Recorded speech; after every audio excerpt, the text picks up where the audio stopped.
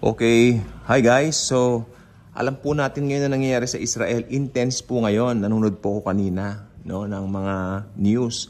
Very intense po ngayon yung galit ng kalaban po nila sa kanila, sa mga Israelites, dahil sa mga pangyayari. I will not elaborate it here. Panoorin na lang po ninyo sa YouTube. Marami po doon all around.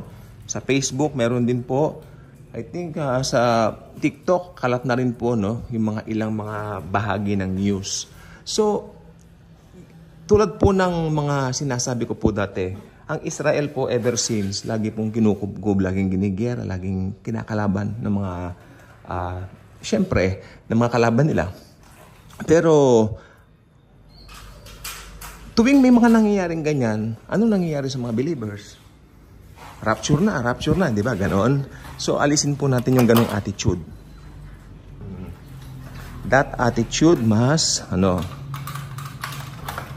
be practiced by us dahil yung pagdating po ng Panginoong Jesus dito para isunduin tayo, para i-rapture tayo, nasa kalendaryo po niya yun. Wala po sa kalendar natin. Hindi po tayo ang gagawa o magpapatupad ng mga hulang yan para mangyari. Like for example, yung sa third temple, pipilitin mong gawin yung third temple tapos para ma-rapture na. Hindi po ganyan yon. Ang mga pangyayari po mangyayari by itself sa kamay ng Diyos, hindi sa kamay natin. Okay, so marami na naman mga post niya, nasahin nyo. Mga tipong ito na naman, diba? Mga end times. Ang rapture po, uulit-ulitin ko po sa inyo, this is an imminent event. It will happen anytime now. Dahil ang Panginoong Hesukristo po, nangako siya, kukunin niya mga mananampalataya bago lumabas yung halimaw. Meron pong halimaw. Ito po ay sisikat ng husto. Magiging pinaka-popular na tao. Mga tao po ang gusto maging sikat eh. Makikita ko, mga bata pa lang gusto sumikat na. Diba? Nakikita mo sila sa TikTok, sa Facebook na diba? Ayan ang kanilang puso. Talagang masasabi ko itong generation na to, malayo ang puso sa Diyos ng mga unbelievers, lalong lumayo. So, kailangan tayo, habang nandito pa tayo, to remind them na tanggapin nila si Jesus. Because if not, hindi sila makakasama sa rapture, maiiwan talaga sila dito. At maaring sila yung sumamba sa halimaw. Hindi po ba? So, anytime now, mararapture tayo. Hindi dahil may gulo sa Israel, kundi dahil gusto ng Panginoong Jesucristo. Sa timeline niya, it's all about His timeline, not yours. Sino ka para magano? Kasi may nakita akong ganito eh. Meron daw mga yung mga nakakaintindi sa Scripture, minamadali nila yung third temple, may mga red hyper, nila para matupad. Kalain mo, gagawin ko to para matupad. Sige, gawin mo lahat yan. Ako, sasabihin ko sa iyo, gawin nila lahat yan, hindi matutupad yan. Kasi hindi sa kalendary nila. Sa kalendar ni Lord Jesus. Magra-rapture pong talaga kasi nasa Bible po yan. It's an imminent event. Datnan man natin sa panahon natin ngayon, kaya hindi. Pero I'm praying, sana datnan na po natin. Diba? Kasi alam po ninyo, nag-share ako kanina ng Bible, diba? Yung Spirit-Filled Life Bible. Nakalagay doon sa mga niya. Doon sa praise niya doon sa mga, meron siyang summary kung ano yung revelation, ganyan. Nakalagay doon. Gusto pala ni Jesus, bawat mananampalataya niya, araw-araw ng buhay natin, ina-anticipate natin yung kanyang pagdagit sa atin, yung rapture.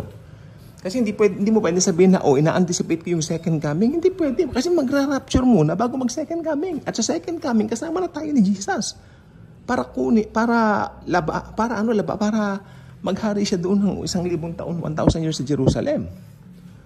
Sa Israel, hindi ba? So, ayan po, masalimuot po ngayon ang pinagdadaanan naman ng mga Hudyo kasi parang galit na yung kalaban nilang bansa sa kanila. Okay? So, yan po. Tiyak, gagamitin naman yan ng mga vloggers na, ayan na. Hindi po. Darating si Jesus, irarapture niya tayo sa oras na nais niya, sa oras na gusto niya, sa oras na itinakda niya. Hindi ikaw, hindi ako, hindi tayo, hindi rin lahat ng mananampalataya. Sa oras ni Jesus. Si Jesus po hindi kasama ng time natin. Sapagkat itong time na ito po na meron tayo ay creation po ito. Si Jesus po ay hindi kasama sa oras. Ang oras po ay imbento lang din eh. Ito ay, tawag dito, ito po ay created kako sana. Create din ito ng Diyos, yung time. Jesus is outside the time. He's outside time. Okay? So alam niya na, nakita niya na. From the very beginning up to the very end, nakita niya na lahat ng mangyayari. Okay, let me give you an example. Pagpapasok ka sa sinihan, halimbawa, first time mong panonoodin yung pelikula. Oh, halimbawa, yung Titanic, papasok ka sa sinihan, alam mo na, baka hindi nalulubog yung Titanic kasi pangalawang beses kong panonoodin. Lulubog pa rin yun, di ba? Kasi yun na talaga nangyari sa Titanic. Nakatakda na talaga yun. Di ba? Hindi, biro ko lang po yun. Halimbawa, papasok ka sa isang sinihan, hindi Titanic yung pelikula, ibang klaseng pelikula. Hindi mo alam yung story. So, hindi ba, you are wondering what will happen to the next scene? Di ba? Pero, kung napanood mo ng lahat ng yon, napanood mo na lahat yung pelikula yon, sabihin mo 2 oras yung movie, natapos mo yung pelikula, alam mo na ngayon. Ngayon, pag merong manonood ng pelikula, sasamahan mo yung pelikula, yung manonood ng movie, may kasama kang, diba, pinsan mo manonood ng pelikulang yon, sasamahan mo siya, ikaw panonoodin mo ulit, syempre, pero siya hindi pa niya napanood. Ano nga yung pagkakaiba yung dalawa?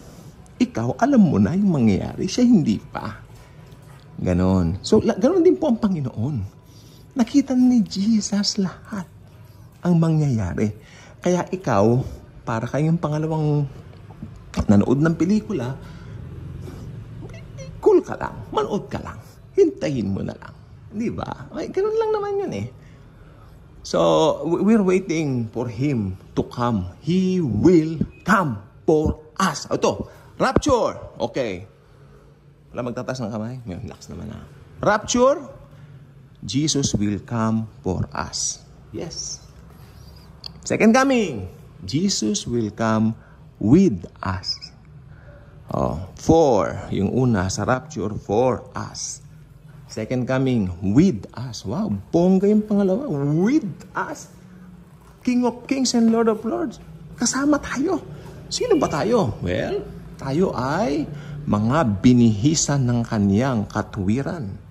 Righteousness niya inilagay sa atin. Imputed po yun. Kaya nga wala tayong pagmamalaki. Yung righteousness natin, it was being imputed sa atin. Nang manampalataya tayo doon sa tinapos niyang gawain o gawa sa krus ng Kalbaryo. Tetelestai, it is finished, naganap. No. Diba? So it's something na dapat natin binubulay-bulay. Mararapture ka pag naniwala ka lamang kay Jesus. Na wala kang pinagmamalaking gawa mo na parang mararapture ako kasi meron akong mabuting gawa. Ano? May good news. May news ako sa'yo. I'm not saying good news. Ikaw na naniniwala na. Naniniwala kay Jesus, tapos nahaluan mo ng gawa, meron akong news para sa'yo. Papasok ka na sa Great Tribulation. Congratulations! Baka may diploma ka pa nga. Diba? Papasok ka na. Tapos isa ka doon sa magsasabi kay Jesus, Panginoon, nagpalayas kami ng mga demonyo sa iyong pangalan. Panginoon, nag-Bible study kami. Ganito, ganyan. Maaktibo kami. Meron pa akong dalang yung parang mikroponong malaki, nandyan ako sa avenida, sumisigaw ako, may placard pa ako nakasabit, Panginoon. Lumayo kayo sa akin, kailanman hindi ko kayo nakilala, sabi ni Jesus. Sapagkat nanangan sila sa kanilang sariling gawa. Yun lang ba yung dahilan nun? Opo, yun lang po ang dahilan nun. Dahil yung kanilang pinananganan ay mahina. Oh, gawa mo mahina, di ba? Pero pag gawa ng Diyos na naging tao, si Jesucristo, kampante ka. Dahil alam mo, yung gawa niya, yun ang basihan o sukatan para maligtas ka. At good news, ligtas ka na nga. Si Jesus lang po ang kaligtasan. Si Jesus lang po ang dahilan ba't mararapture at magrarapture. Ngayon, may mga gulo sa Israel, right? So, hindi tayo yung tipong, uy, ayan na. Hindi po. Anytime now, magrarapture. Anytime now, sa panahon na gusto ni Jesus, sa panahong itinakda niya, sa panahong gusto niya.